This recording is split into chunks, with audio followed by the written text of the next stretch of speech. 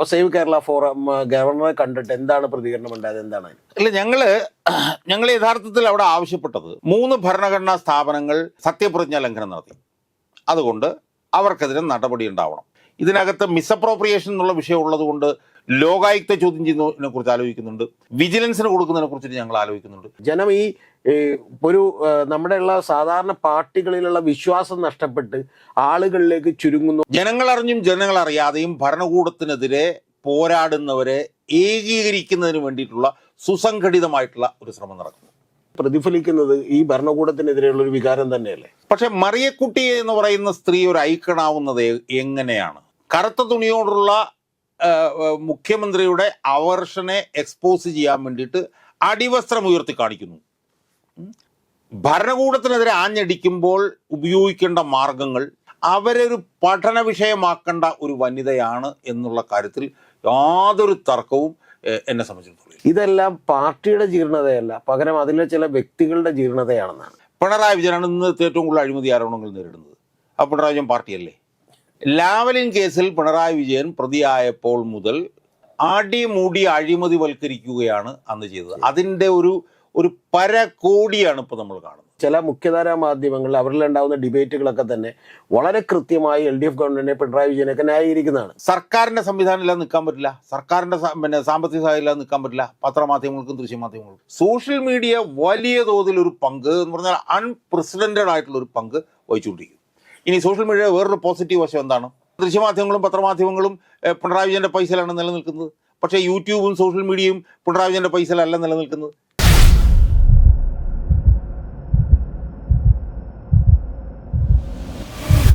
ഷാജഹാൻ സാറിനൊപ്പമുള്ള പ്രതിവാര സംവാദ പരിപാടി വൈബ്രന്റ് വ്യൂസിലേക്ക് സ്വാഗതം. സാറേ, കഴിഞ്ഞ തവണ നമ്മൾ സംസാരിച്ചപ്പോൾ അതായത് സാറ് കൃത്യമായി പറഞ്ഞിരുന്നു ഗോപിനാഥ് രവീന്ദ്രന്റെ വിധിയുമായി ബന്ധപ്പെട്ട് അദ്ദേഹത്തിന്റെ വൈസ് ചാൻസലർ സ്ഥാനം പോയതുമായി ബന്ധപ്പെട്ടുള്ള വിധിയിൽ വളരെ കൃത്യമായി ഗവൺമെന്റ് ഒരു അൺഡ്യൂ ഇൻഫ്ലുവൻസ് ചെലുത്തി. അതായത് ബാർ ബിന്ദു കത്ത് കൊടുത്തു വിദ്യാഭ്യാസ വകുപ്പ് മന്ത്രി, കൂടാതെ എൻ്റെ നാട്ടുകാരനാണെന്ന് പറഞ്ഞ് മുഖ്യമന്ത്രി ഇടപെട്ടു. അപ്പോൾ അതിൽ സാറ് ഗവർണറെ കാണാൻ പോകുമായിരുന്നു പറഞ്ഞിരുന്നു. അപ്പോൾ സേവ് കേരള ഫോറം ഗവർണറെ കണ്ടിട്ട് എന്താണ് പ്രതികരണം ഉണ്ടായത്? എന്താണ്? ഇല്ല, ഞങ്ങൾ യഥാർത്ഥത്തിൽ അവിടെ ആവശ്യപ്പെട്ടത് 3 ഭരണഘടനാ സ്ഥാപനങ്ങൾ ഭരണഘടനാ വിരുദ്ധമായി പ്രവർത്തിച്ചു. 3 ഭരണഘടനാ സ്ഥാപനങ്ങൾ സത്യപ്രതിജ്ഞാ ലംഘനം നടത്തി. അതുകൊണ്ട് അവർക്കെതിരെ നടപടി ഉണ്ടാവണം. സത്യപ്രതിജ്ഞാ ലംഘനം നടത്തുന്നവർക്കെതിരെ നടപടി എടുക്കാൻ ഭരണഘടനയിലെ 165 വകുപ്പാണോ എനിക്ക് ഓർമ്മയില്ല, അധികാരം കൊടുക്കുന്നുണ്ട്. അപ്പം അത് പ്രകാരമുള്ള നടപടി ഉണ്ടാവണം എന്നാണ് ഞങ്ങൾ ഗവർണറെ കണ്ടിട്ട് ആവശ്യപ്പെട്ടത്. ഗവർണർ വളരെ പോസിറ്റീവായിട്ടാണ് ഞങ്ങളോട് പ്രതികരിച്ചത്. അത് സർക്കാരിനത് അവരുടെ അഭിപ്രായത്തിന് അയച്ചു കൊടുക്കും എന്ന് പറഞ്ഞു. അപ്പം ഞങ്ങൾ ഗവർണറോട് പറഞ്ഞു, ഞങ്ങളെ സംബന്ധിച്ചിടത്തോളം ഇതൊരു നടപടിക്രമമാണ്. ഞങ്ങൾ ഗവർണറെ കാണുന്നു, ഗവർണർക്ക് ഇത് തരുന്നു. കാരണം നാളെ ഞങ്ങൾ ഹൈക്കോടതി ചെല്ലുമ്പോൾ നിങ്ങൾ ഗവർണറെ സമീപിച്ചോ എന്നുള്ള ചോദ്യം വരും. അതുകൊണ്ട് ആ നടപടിക്രമം ഫുൾഫിൽ ചെയ്യാൻ വേണ്ടിയിട്ടാണ് ഞങ്ങൾ ഗവർണറെ കണ്ടിട്ടുള്ളത്. അതുകൊണ്ട് ഞങ്ങൾ ഹൈക്കോടതിയിലേക്ക് പോകുന്നു. സേവ് കേരള ഫോറത്തിൽ ഞങ്ങൾ ആലോചിച്ചുകൊണ്ടിരിക്കുന്നത് ഇതിനെ എവിടെയൊക്കെ ചോദ്യം ചെയ്യാമോ, ഹൈക്കോടതിയിൽ ചോദ്യം ചെയ്യുന്നതിനെ കുറിച്ചിട്ട് ആലോചിക്കുന്നുണ്ട്, ലോകായുക്ത ചോദ്യം ചെയ്യുന്നതിനെ കുറിച്ച് ആലോചിക്കുന്നുണ്ട്. ഇതിനകത്ത് മിസ്അപ്രോപ്രിയേഷൻ എന്നുള്ള വിഷയം ഉള്ളതുകൊണ്ട് വിജിലൻസിന് കൊടുക്കുന്നതിനെ കുറിച്ചിട്ട് ഞങ്ങൾ ആലോചിക്കുന്നുണ്ട്. എന്തായാലും ഒരു സംശയവും വേണ്ട, ഈ വിഷയത്തിൽ സേവ് കേരള ഫോറം ഏതൊക്കെ നിയമ വ്യവസ്ഥയ്ക്ക് മുമ്പ് പോകാൻ കഴിയുമോ ആ ഓപ്ഷൻസ് എല്ലാം ഞങ്ങൾ ഉപയോഗിക്കാൻ വേണ്ടിയിട്ട് ഞങ്ങൾ തീരുമാനിച്ചിരിക്കുകയാണ്. ഇന്നിപ്പോൾ നമ്മൾ ഇൻ്റർവ്യൂ ചെയ്യുന്ന ദിവസം സേവ് കേരള ഫോറത്തിൻ്റെ ഒരു ലീഗൽ സെല്ലിൻ്റെ ഔദ്യോഗിക യോഗം ഇന്ന് വൈകിട്ട് നടക്കാൻ പോവുകയാണ്. അതിൽ വളരെ സീനിയറായിട്ടുള്ള അഭിഭാഷകർ ഉൾപ്പെടെ പലരും നമ്മളോട് സഹകരിക്കാൻ സമ്മതിച്ചിട്ടുണ്ട്. ആ ലീഗൽ ഫോറം ഇന്ന് മിക്കവാറും ഇതുമായി ബന്ധപ്പെട്ടുകൊണ്ടുള്ള തീരുമാനങ്ങൾ ഞങ്ങൾ നടത്താനുള്ള തീരുമാനങ്ങൾ എടുക്കാനുള്ള സാധ്യതയുണ്ട്. സാറ് പറഞ്ഞു, അതായത് പ്രതിപക്ഷം നിർജ്ജീവമാകുമ്പോൾ ജീർണതയിലേക്ക് ആരാണ് മുമ്പിൽ എന്നുള്ള നിലക്ക് ഭരണപക്ഷവും പ്രതിപക്ഷവും ഒരുമിച്ച് യാത്ര ചെയ്യുമ്പോൾ ജനങ്ങൾക്ക് പ്രതീക്ഷയ്ക്ക് വേണ്ടി കുറേ ഏതെങ്കിലും സംഘടനയോ അല്ലെങ്കിൽ മറ്റുള്ള ആളുകളൊക്കെ ഉയർത്തെഴുന്നേക്കും. നമ്മളത് നേരത്തെ ഡൽഹിയിൽ കണ്ടിട്ടുണ്ട്. അതായത് ഷീലാ ദീക്ഷിതിൻ്റെയൊക്കെ ഭരണത്തിന് ശേഷം അരവിന്ദ് കെജ്രിവാൾ പൊടുന്നനെ ഒരു ഐക്കണായി മാറുന്നൊരു കാര്യമുണ്ടായി. പഞ്ചാബിലാണെങ്കിൽ പോലും വളരെ കുറഞ്ഞ സമയത്തിന് ആം ആദ്മി പാർട്ടി അധികാരത്തിലേക്ക് എത്തി. കേരളത്തിലും അതിൻ്റെ ചില സിംറ്റംസ് കണ്ടിട്ടുണ്ട്. ആം ആദ്മി പാർട്ടി ആണെങ്കിലും 2020 ഒക്കെ ആണെങ്കിലും. ഇപ്പം സാറേ കാണുന്നൊരു കാര്യം, ഇപ്പം ഷാജഹാൻ സാറിനെ പോലെ അല്ലെങ്കിൽ അനിൽ അക്കരയെ പോലെ മാത്യു കുഴൽനാടിനെ പോലെ ചില ആളുകളിലേക്ക് ആളുകൾ പ്രതീക്ഷ കൂടുതൽ വെക്കുന്നതായിട്ട് സോഷ്യൽ മീഡിയ കൃത്യമായിട്ട് നോക്കിയാൽ നമുക്ക് കാണാം. ഇപ്പം അനിൽ അക്കരെ കരുവണ്ണൂർ കേസിൽ എല്ലാവരും ഏറ്റവും നന്നായി കേരളത്തിൽ ഫൈറ്റ് ചെയ്യുന്ന ഒരാളാണ്. അദ്ദേഹം ഇനി മത്സരിക്കുന്നില്ല എന്ന് പറഞ്ഞിട്ടുണ്ട്. ഞാൻ ഇന്റർവ്യൂ എടുത്താണ്, ഞങ്ങൾ നേരിട്ട് സംസാരിച്ചതാണ്. ഇപ്പം മാത്യു കുഴൽനാടനും അതുപോലെ തന്നെ ഒരു ഐക്കണായി മാറുന്നത് ജനം ഈ ഒരു നമ്മുടെ ഉള്ള സാധാരണ പാർട്ടികളിലുള്ള വിശ്വാസം നഷ്ടപ്പെട്ട് ആളുകളിലേക്ക് ചുരുങ്ങുന്നു, അല്ലെങ്കിൽ ഇത്തരത്തിലുള്ള ആളുകളിലേക്ക് വലിയ പ്രതീക്ഷ അർപ്പിക്കുന്നു എന്ന് പറഞ്ഞാൽ ഇത്തരത്തിലുള്ള ആളുകളുടെ ഒരു കൂടിച്ചേരൽ ഉണ്ടാകുന്നു, അല്ലെങ്കിൽ ഇത്തരത്തിലുള്ള ഒരു പ്രസ്ഥാനം ഉണ്ടാകുന്നു എന്ന് പറഞ്ഞാൽ അവിടെയുള്ള സാധ്യത വളരെ കൂടുതലാണ് സാർ പറഞ്ഞ പോലെ. അപ്പൊ എങ്ങനെയാണ് സാർ അതിനെ നോക്കിക്കാണുന്നത്? ഇപ്പൊ ഈ ഒറ്റപ്പെട്ട പ്രതിഷേധങ്ങളും കാര്യങ്ങളും ഒക്കെ തന്നെ, കാരണം കോൺഗ്രസിൽ നിന്ന് വലിയ പിന്തുണ ഇവർക്ക് രണ്ടുപേർക്ക് കിട്ടിയിട്ടില്ല. കാരണം തൊട്ടടുത്ത ദിവസം മാത്യു കുഴൽനാടന്റെ വീടിളക്കാൻ വന്നിട്ട് ശരിക്കും സാർ പറഞ്ഞ പോലെ പ്രതിപക്ഷ നേതാവ് ഉറങ്ങുമായിരുന്നോണ്ട് അദ്ദേഹം ഒരു പ്രതിഷേധം പോലും നടത്തിയിട്ടില്ല. അപ്പൊ അത് എന്താണ് ഇതിന്റെ നമ്മളെ എങ്ങനെയാണ് സാർ അതിനെ നോക്കിക്കാണുന്നതെന്നാണ്? രതീഷ് പറഞ്ഞതിനകത്ത് ചില ട്രെൻഡുകളുണ്ട്, ചില ദിശകളുണ്ട്. അതെ, ആ ദിശകളിൽ ഒന്നാമത്തെ ദിശ എന്ന് പറഞ്ഞാൽ എന്താണ്? ഒന്നാമത്തെ ദിശ എന്ന് പറഞ്ഞാൽ എല്ലാ മുഖ്യധാര പാർട്ടികളും പരിപൂർണമായി പരാജയപ്പെടുകയോ അല്ലെങ്കിൽ അപ്രത്യക്ഷമാകുകയോ ചെയ്യുന്നു എന്നുള്ളതാണ് ആദ്യത്തെ ഒരു ദിശ. അതിപ്പോൾ ഇടതുപക്ഷമാകട്ടെ വലതുപക്ഷമാകട്ടെ BJP ആകട്ടെ, അതാണ് ഒരു ദിശ. രണ്ട്, ഇത് അപ്രത്യക്ഷമാകുന്നതിൻ്റെ പശ്ചാത്തലത്തിൽ വ്യക്തികൾ നടത്തുന്ന പോരാട്ടമാണ് രണ്ടാമത്തെ പ്രത്യേകത. അതിപ്പോൾ അനിലക്കരയായാലും മാത്യു കുഴൽനാടനായാലും ഈ പറഞ്ഞതുപോലെ ഞാനായാലും ഒരുപാട് ഞങ്ങളൊക്കെ നടത്തുന്ന പ്രവർത്തനങ്ങൾ ജനങ്ങൾ അറിഞ്ഞിട്ടുള്ള പ്രവർത്തനങ്ങളാണെങ്കിൽ, ജനങ്ങൾ അറിയാതെ പ്രാദേശികമായി നൂറുകണക്കിന് സ്ഥലങ്ങളിൽ ഭരണകൂടത്തിനെതിരെ പോരാട്ടം നടത്തുന്ന നമ്മളറിയാത്ത നൂറുകണക്കിന് ആളുകളുണ്ട്. മനസ്സിലായോ? ഈ നൂറുകണക്കിന് ആളുകളുടെ ഒരു ഏകീകരണം ഉണ്ടായാൽ ആ ഏകീകരണം ഒരു പ്രായോഗിക ബദലിലെത്തിക്കൂടായികയില്ല. എന്നെ സംബന്ധിച്ചിടത്തോളം ഇതിൻ്റെ ഒരു ചെറിയ അനുരണനം 2001-2006 കാലഘട്ടത്തിൽ തന്നെ ഉണ്ടായിട്ടുണ്ട്. അന്ന് VS അച്യുതാനന്ദൻ എന്ന് പറഞ്ഞൊരു ഐക്കൺ ഉണ്ടായിരുന്നുവെങ്കിലും VS അച്യുതാനന്ദന് ഒപ്പം ഞാൻ കൂട്ടിക്കെട്ടിയ ഒരു സംവിധാനം എന്ന് പറയുന്നത് ഈ പറഞ്ഞ പോലത്തെ ഒരു ഇതായിരുന്നു. അതായത് അഴിമതിക്കെതിരായി പോരാടുന്നവർ, സ്ത്രീ വിരുദ്ധതയ്ക്കെതിരായി പോരാടുന്നവർ, പരിസ്ഥിതി ലംഘനങ്ങൾക്കെതിരെ പോരാടുന്നവർ, ഇങ്ങനെയുള്ളൊരു വലിയ സെറ്റിനെ അന്ന് VS അച്യുതാനന്ദൻ്റെ എന്നോടൊപ്പം കൂട്ടിക്കെട്ടിയ ഒരു നിർണായക പ്രവർത്തനം ഞാനന്ന് നടത്തിയിരുന്നു. ഇന്ന് VS അച്യുതാനന്ദൻ ഇല്ലെങ്കിൽ പോലും ഇന്ന് ഇതുപോലെയുള്ള നൂറുകണക്കിന് ആളുകളെ ഏകീകരിപ്പിക്കുന്നതിന് വേണ്ടിയിട്ടുള്ള ഒരു പ്രവർത്തനമാണ് ഈ സേവ് കേരള ഫോറം എന്ന് പറഞ്ഞപ്പോൾ ഞങ്ങൾ ഉണ്ടാക്കിക്കൊണ്ടിരിക്കുന്നത്. മനസ്സിലായി? അപ്പോൾ ഒരു വശത്ത് മുഖ്യധാര പാർട്ടികൾ അവരുടെ ചുമതലകളിൽ നിന്ന് കംപ്ലീറ്റ് അബ്ഡിക്കേറ്റ് ചെയ്ത് അതെല്ലാം ഒരു താല്പര്യം സംരക്ഷിക്കുന്ന സ്ഥലങ്ങളിലേക്ക് പോകുന്നു, മാറുന്നു, ജീർണിക്കുന്നു, മത്സരിച്ച് ജീർണിക്കുന്നു. മറുവശത്ത് അറിഞ്ഞും അറിയാതെയും ജനങ്ങളറിഞ്ഞും ജനങ്ങളറിയാതെയും ഭരണകൂടത്തിനെതിരെ പോരാടുന്നവരെ ഏകീകരിക്കുന്നതിന് വേണ്ടിയിട്ടുള്ള സുസംഘടിതമായിട്ടുള്ള ഒരു ശ്രമം നടക്കുന്നു. മനസ്സിലായി? അപ്പം ഇതിനെ രണ്ടിനെ നമ്മൾ ജക്സ്റ്റപ്പോസ് ചെയ്യുമ്പോഴത്തേക്കും ഈ രണ്ടാമത് നടക്കുന്ന പ്രവർത്തനം ഒരു പക്ഷേ കൂടുതൽ ഏകീകൃതമായി മുന്നോട്ട് പോയാൽ ഒരു പക്ഷേ ഒരു പൊളിറ്റിക്കൽ ചേഞ്ച് അല്ലെങ്കിൽ ഒരു സിസ്റ്റമിക് ചേഞ്ചിലേക്ക് അതെത്താനുള്ള സാധ്യത നമുക്ക് തള്ളിക്കളയാൻ കഴിയില്ല എന്നാണ് എനിക്ക് തോന്നുന്നത്. ഇതിൻ്റെ തന്നെ ഒരു വൈറൽ ഐക്കണല്ലേ നമ്മൾ കാണുന്നത്. ഇപ്പം മറിയക്കുട്ടി, അവർക്ക് ഇത്രമാത്രം ജനപ്രീതി ഉണ്ടാകുന്നു, ആളുകൾ വലിയ തോളിലേറ്റുന്നു, അവരെ സഹായിക്കാൻ വേണ്ടി ഒരുപാട് പേര് വരുന്നു എന്ന് പറഞ്ഞാൽ ഇതെല്ലാം തന്നെ സാർ പറഞ്ഞ പോലെ പ്രതിഫലിക്കുന്നത് ഈ ഭരണകൂടത്തിനെതിരെയുള്ള ഒരു വികാരം തന്നെയല്ലേ? രതീഷ്, ഇതിൽ ഈ ഭരണകൂടത്തിനെതിരെ പ്രതികരിക്കുന്ന പലരും നമ്മുടെ സമൂഹത്തിലുണ്ട്. ഇപ്പോൾ പ്രതിപക്ഷ നേതാവുണ്ട്, അല്ലെങ്കിൽ പലരും ഉണ്ട്. പക്ഷെ മറിയക്കുട്ടി എന്ന് പറയുന്ന സ്ത്രീ ഒരു ഐക്കണാവുന്നത് എങ്ങനെയാണ്? അതാണ് നമ്മൾ കാണേണ്ട കാര്യം. കാരണം അവരൊരു രാഷ്ട്രീയ പ്രവർത്തകയല്ല, അവരൊരു രാഷ്ട്രീയ പാർട്ടിയിൽ പ്രവർത്തിച്ചിട്ടില്ല, ഒരിടത്തും പ്രവർത്തിച്ചുള്ളൊരു രാഷ്ട്രീയ പാരമ്പര്യം അവർക്കില്ല. അവരാരാണ്? അവർ ഈ സമൂഹത്തിൻ്റെ ഏറ്റവും അടിത്തട്ടിൽ ജീവിക്കുന്ന ഒരു പരമദരിദ്രയായിട്ടുള്ള ഒരു വനിതയാണ് മറിയക്കുട്ടി.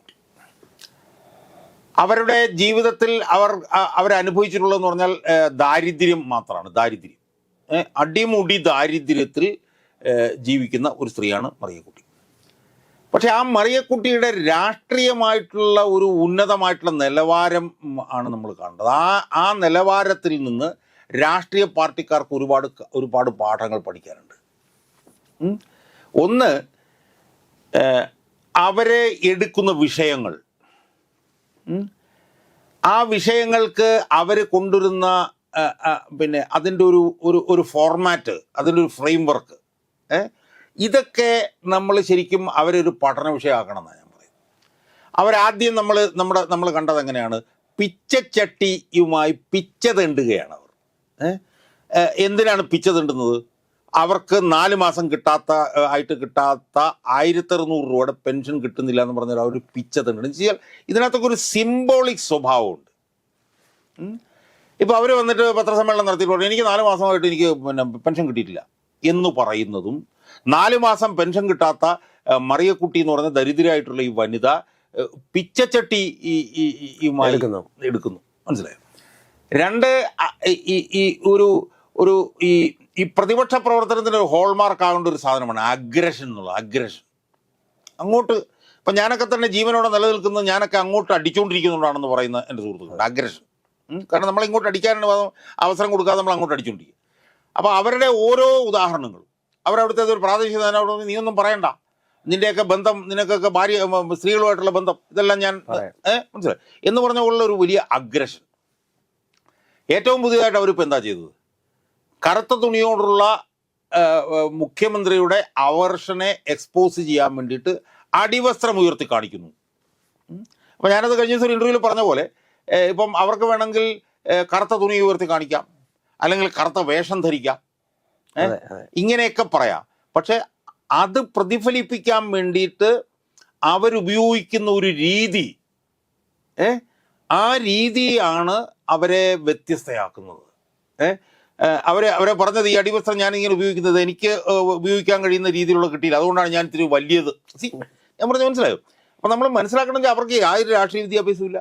അവരെത്ര ക്ലാസ് വരെ പഠിച്ചിട്ടുണ്ടോ, 10ാം ക്ലാസ് വരെ പഠിച്ചിട്ടുണ്ടോ എന്ന് പോലും എനിക്കറിയില്ല. അവരൊരു രാഷ്ട്രീയ പാർട്ടിയിൽ ഇല്ലാത്തവരാണ്. പക്ഷേ ഭരണകൂടത്തിനെതിരെ ആഞ്ഞടിക്കുമ്പോൾ ഉപയോഗിക്കേണ്ട മാർഗങ്ങൾ, എടുക്കേണ്ട വിഷയങ്ങൾ, അത് എങ്ങനെയാണ് ഉപയോഗിക്കേണ്ടത്, അതൊക്കെ നമ്മൾ ആഴത്തിൽ അവരിൽ നിന്ന് പഠിക്കണം എന്നാണ് എനിക്ക് തോന്നിയിട്ടുള്ളത്. എനിക്ക് ആ അർത്ഥത്തിൽ എനിക്ക് അഭിമാനമുള്ളതെന്ന് വെച്ചാൽ സിംബോളിക്കായിട്ട് അവരെ കേരളത്തിൽ പ്രതിപക്ഷ നേതാവാക്കണം എന്ന് പറഞ്ഞ് 2 ആഴ്ച മുമ്പ് ഞാനൊരു വീഡിയോ ചെയ്തു. മനസ്സിലായോ?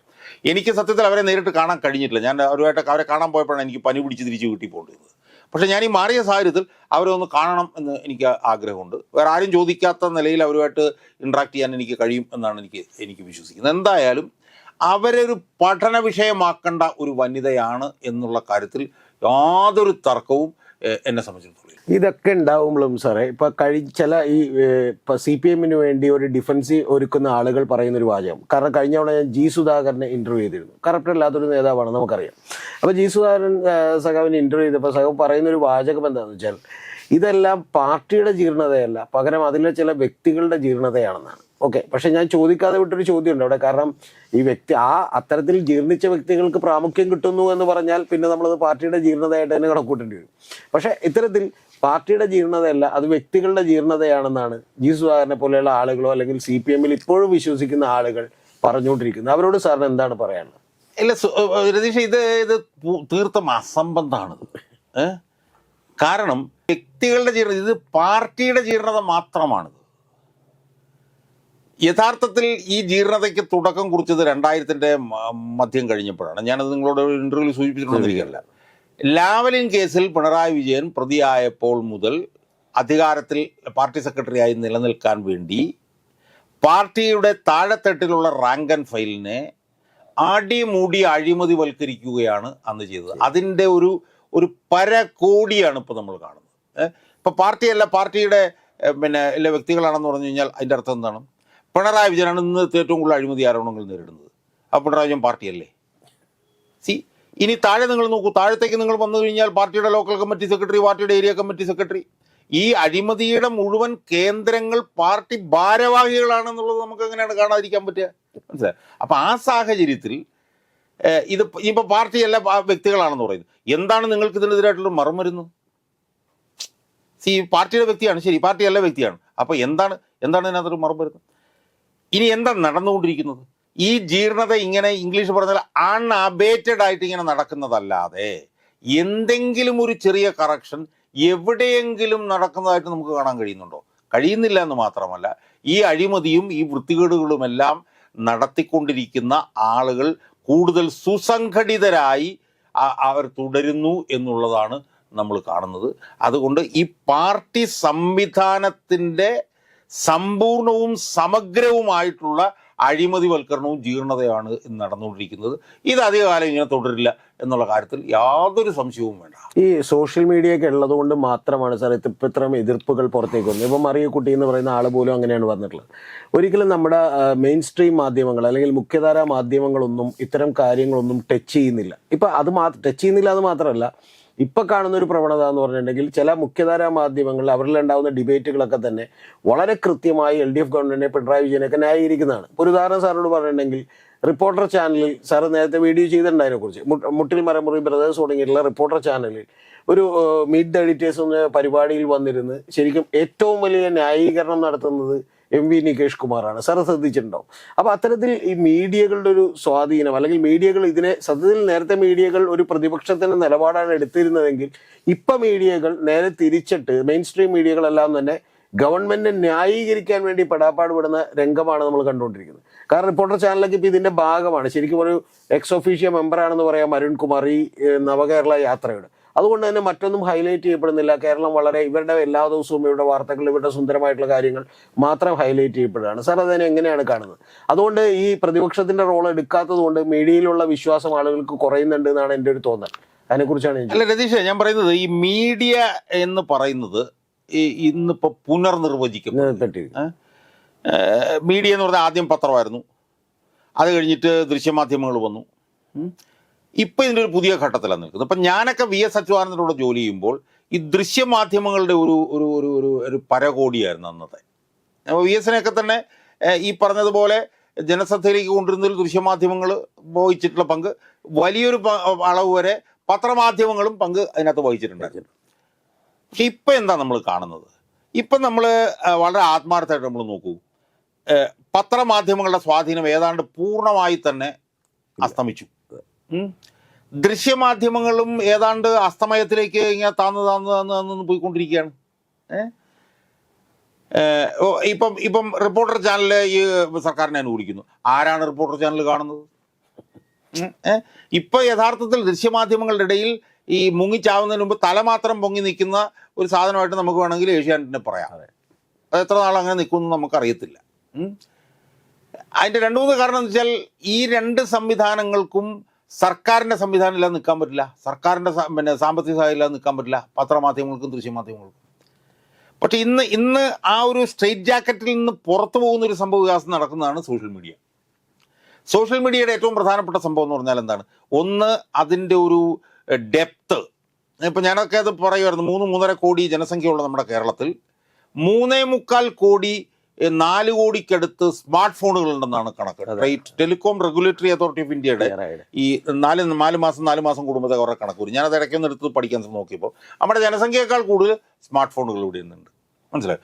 ഈ വലിയ ഗ്ലോബലൈസേഷനും മത്സരത്തിൻ്റെയൊക്കെ ഭാഗമായി ചീപ്പായിട്ട് ഈ സ്മാർട്ട് ഫോണുകൾ ഭയങ്കരമായിട്ട് കിട്ടുകയാണ്. അപ്പോൾ അതിൻ്റെ ഭാഗമായിട്ട് വലിയ തോതിൽ ആളുകളുടെ ഇടയിലേക്ക് ഈ ടെക്നോളജി എത്തിക്കഴിഞ്ഞിരിക്കുന്നു. 1. 2, നിങ്ങളും നിങ്ങളും എൻ്റെ ഒരു വീഡിയോയും തമ്മിലുള്ള അകലം എന്ന് പറഞ്ഞാൽ ഒരു ക്ലിക്ക് ഓഫ് ഒരു ഇതിലൊന്നും ഞെക്കലാണ് ആ വ്യത്യാസം. നിങ്ങളപ്പോൾ എൻ്റെ ഒരു വീഡിയോ കാണുമ്പോഴത്തേക്ക് അത് ക്രെഡിബിലിറ്റി ഉണ്ട്, നിങ്ങൾ കാണുമെങ്കിൽ കാണില്ല. മനസ്സിലായി? അപ്പോൾ ആ നിലയിൽ സോഷ്യൽ മീഡിയ വലിയ തോതിൽ ഒരു പങ്ക് എന്ന് പറഞ്ഞാൽ അൺപ്രസിഡൻറ്റഡ് ആയിട്ടുള്ളൊരു പങ്ക് വഹിച്ചുകൊണ്ടിരിക്കുന്നു. ഇനി സോഷ്യൽ മീഡിയ വേറൊരു പോസിറ്റീവ് വശം എന്താണ്?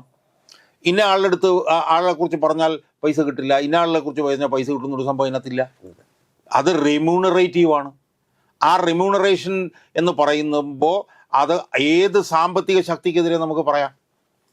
ഇപ്പോൾ പിണറായി വിജയനെതിരെ ഏറ്റവും കൂടുതൽ വിമർശനങ്ങൾ വരുന്നത് എവിടെയാണ്? സോഷ്യൽ മീഡിയയിലാണ്. പിണറായി വിജയനെതിരെ ഏറ്റവും കൂടുതൽ കുറച്ച് വിമർശനങ്ങൾ വരുന്നത് എവിടെയാണ്? ദൃശ്യമാധ്യമങ്ങളിലും പത്രമാധ്യമങ്ങളിലും. കാരണം ദൃശ്യമാധ്യമങ്ങളും പത്രമാധ്യമങ്ങളും പിണറായി വിജയൻ്റെ പൈസയിലാണ് നിലനിൽക്കുന്നത്. പക്ഷേ യൂട്യൂബും സോഷ്യൽ മീഡിയയും പിണറായി വിജയൻ്റെ പൈസയിലല്ല നിലനിൽക്കുന്നത്.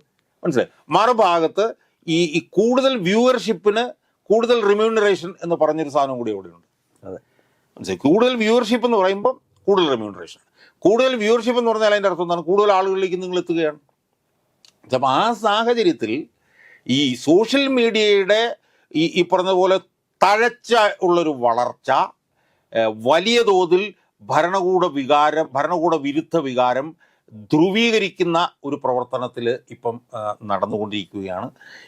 ഈ ഒരു ധ്രുവീകരണം നാളെ ഒരു സിസ്റ്റമിക് ചേഞ്ചിലേക്ക് കാര്യങ്ങളെ കൊണ്ടുചെന്ന് എത്തിച്ചാൽ പോലും അത്ഭുതമില്ല എന്നുള്ളതാണ് എന്നെപ്പോലുള്ള ആളുകൾ ഈ സോഷ്യൽ മീഡിയ ആയിട്ട് ഞങ്ങൾ നടത്തിയിട്ടുള്ള ഇൻട്രാക്ഷനിൽ നിന്ന് ഞങ്ങൾക്ക് ബോധ്യപ്പെടുന്നൊരു കാര്യം. Okay sir.